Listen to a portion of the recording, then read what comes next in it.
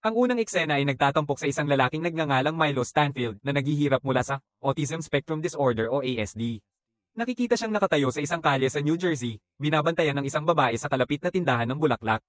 Sa gitna nito, siya rin ay tila gumagawa ng ilang komplikadong kalkulasyon na may kaugnayan sa tiyempo ng mga kaganapang nangyayari sa ang kanyang kapaligiran. Napansin ni Milo ang papalapit na bus ng pasahero, isang lubak, isang street artist, at isang nagmamadaling nagbibisikleta. Kasunod ng mga obserbasyong ito, tumatawid siya sa kalsada. At estratehikong inilagay ang isang panulat sa ibabaw ng isang kahon ng koreo na katabi ng butas.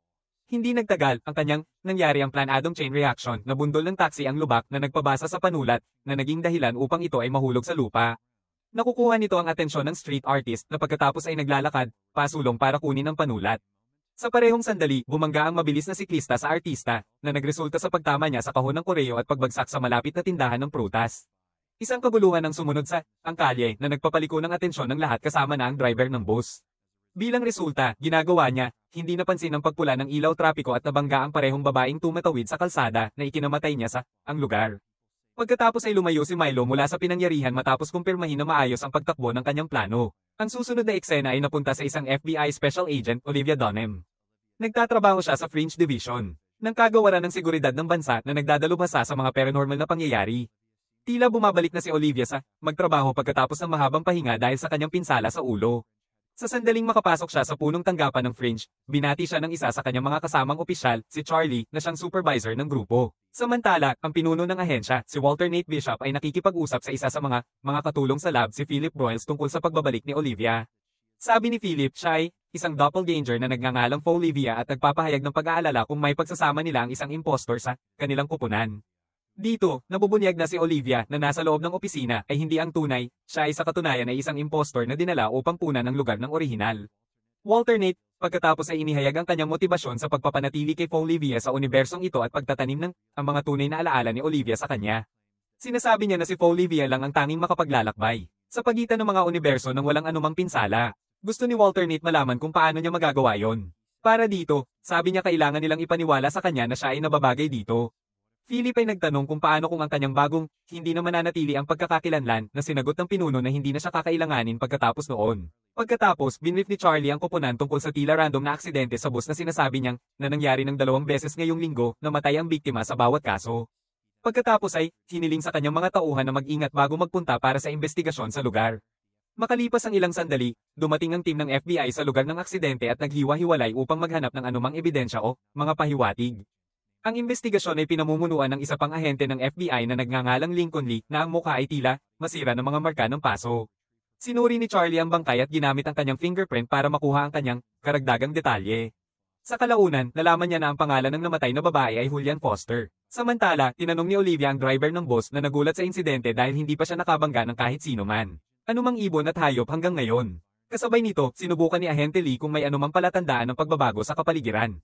Mga salik ngunit walang makita. Gayunpaman, nakita niya ang parehong ballpoint pen sa pinangyarihan. Pagkatapos makipag-usap sa mga saksi, lumapit si Olivia kay Agent Lee at sinabi sa kanya na ang artista ay yumuko upang pulutin ang panulat at sa paggawa nito ay nabangga niya ang nagbibisikleta at nahulog sa tindahan ng prutas. Nang marinig ito, sinabi ni Agent Lee na ang panulat ang pangunahing elemento na lumikha ng sunod-sunod na reaksyon na humantong sa kamatayan ng biktima. Kinabukasan sa punong tanggapan ng Fringe, sinisikap ni Agent Lee at ni Charlie na alamin ang koneksyon sa pagitan ng mga aksidente sa bus na nangyari sa loob ng 2 araw. Nakita ni Ahente Lee ang parehong ballpoint pen sa ang larawan ng unang aksidente na lalo siyang nakumbinsi na may nag-organisa ang sunod-sunod na mga pangyayari. Kasunod nito, pumunta sila para makipag-usap sa isang matematiko ng ahensyang Fringe, Astrid, at sabihin mo sa kanya ang tungkol sa mga nangyari. Gayunpaman, sinasabi niya na walang tao ang makakaya isagawa ang ganitong serye ng mga kaganapan at hubugin ito sa kanyang pabor ng 2 beses. Sa gitna ng kanilang pagtatalo, naganap na naman ang isa pang katulad na aksidente sa bus na nag-iwan kay Astrid na nagulat. Agad na nagmadali ang mga ahente ng FBI sa lugar at natuklasan na buhay pa ang mga biktima. Oras. Nang tanungin ng mga nakasaksi, nalaman nila na biglang tumawid ang isang aso sa kalsada na naging sanhi ng bus na mawala ng kontrol. Sa sandaling iyon, napansin ni Olivia ang isang katulad na ballpoint pen na gumugulong sa lupa na nagpapagtanto sa kanya na hindi pa tapos ang sunod-sunod na pangyayari. Lumingon siya sa paligid at nakita niya ang isang kahina-hinalang Milo na nakatingin pababa mula sa isang tulay sa itaas. Ilang sandali lang, may isang lalaking nakasuot ng earbud ang naglakad, pasulong para tumawid sa kalsada para lang mabangga ng paparating na ambulansya. Kumpirmado ang kanyang hinala, binabalaan ni Olivia ang kanyang koponan at nagmadaling tumakbo patungo kay Milo. Nang makita ito, ang huli ay agad na kinakalkula ang isa pang serye ng mga kaganapan at itinapon ng isang bisikleta mula sa tulay. Ito ang nag-udyok sa isang bus upang baguhin ang landas nito at dumaan mismo sa ilalim ng tulay sa itaas. Pinupuntirya siya ni Olivia ng baril, binyantaan siya na sumuko pero tumalon si Milo mula sa tulay, tumama sa bubong ng bus at nakatakas. Pagkatapos ng kaiganitang ito, bumalik si Milo sa bahay at nakita ang kanyang kapatid na si Madeline na nag-aalala para sa kanya. Sinasabi sa kanya na marami siyang natatanggap na tawag mula sa ospital pero hindi siya pinapansin nito. Sinubukan niya itong kumbinsihin na sumuko, sinasabing masyado na siyang lumayo.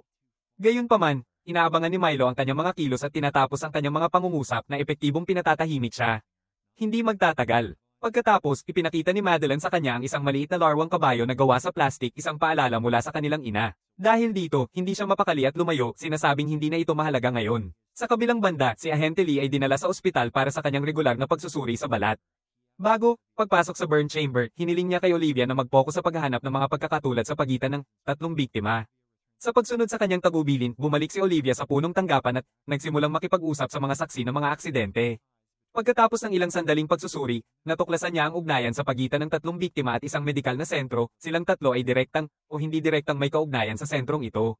Ibinahagi niya ang kanyang natuklasan kay Charlie, at agad na nagtungo ang dalawa sa mismong medikal na sentro na ito. Pagdating doon, napansin ni Olivia na ang isang grupo ng mga pasyente ay gumagamit ng parehong ballpoint pen na ginagamit ng hindi nila kayang makasabay sa mga digital na aparato. Mamaya, nakilala nila si Dr. Levine, isang punong doktor, na nakakakilala sa lahat ng tatlong biktima ng aksidente sa bus. Pagkatapos silang bigyan ng ilang detalye tungkol sa mga biktima, ipinaliwanag ni Dr. Levine na matagal na silang tumutulong sa mga pasyenteng may kapansanan sa pag-iisip, sa pamamagitan ng mga eksperimental na proseso upang mapalakas ang kanilang katalinuhan. Ipinapakita rin niya sa kanila ang video footage ng kanilang mga pasyente kung saan nakita ni Olivia si Milo. Nang tanungin siya tungkol sa kanya, sumagot si Dr. Levine na siya ay isa sa kanilang mga pasyente na dumaan din sa parehong pagsubok sa gamot na nagpalakas ng husto sa kanyang IQ. Sinabi pa niya na si Milo ay pinalabas sa ospital sa ilalim ng pangangasiwa ng kanyang kapatid at na nakatakda siyang bumalik upang baligtarin ang eksperimentong proseso. Pero ngayon, siya ay hindi sumasagot sa kanilang mga tawag at pinapatay niya ang lahat ng sumusubok na kontrolin siya. Pagkatapos malaman ng tungkol sa kapatid ni Milo, nagpa siya ang mga ahente ng FBI na bisitahin siya. Hindi nila alam, mahigpit na binabantayan ni Milo si Olivia, pinapansin ang bawat galaw nito at paghula sa susunod niyang gagawin. Mamaya, dumating sina Charlie at Olivia sa bahay ni Milo, lugar kung saan sila sinalubong ni Madeline. Tinatanong nila siya tungkol sa kinaroroonan ni Milo, pero sinasabi niyang wala siyang kaalam-alam tungkol dito. Sa pakiramdam na may itinutago siya, sinabi sa kanya ng mga ahente ang tungkol sa mga krimeng nagawa niya at kung gaano mapanganib na hayaan siyang gumala ng malaya. Habang sinisiyasat ni Charlie ang kwarto ni Milo, nagbahagi naman si Olivia tungkol sa kanyang namayapang kapatid na nagpapakita kung paano sila dating nag-aalaga sa isa't isa.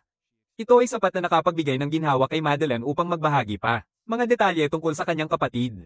Ipinaliwanag niya na kayang hulaan ni Milo ang resulta ng maraming mga kaganapan hanggang sa pinakamaliit na detalye at kaya niyang baguhin ang konsentrasyon ni Milo sa pamamagitan lamang ng pagpapakita sa kanya ng ang larwang kabayo.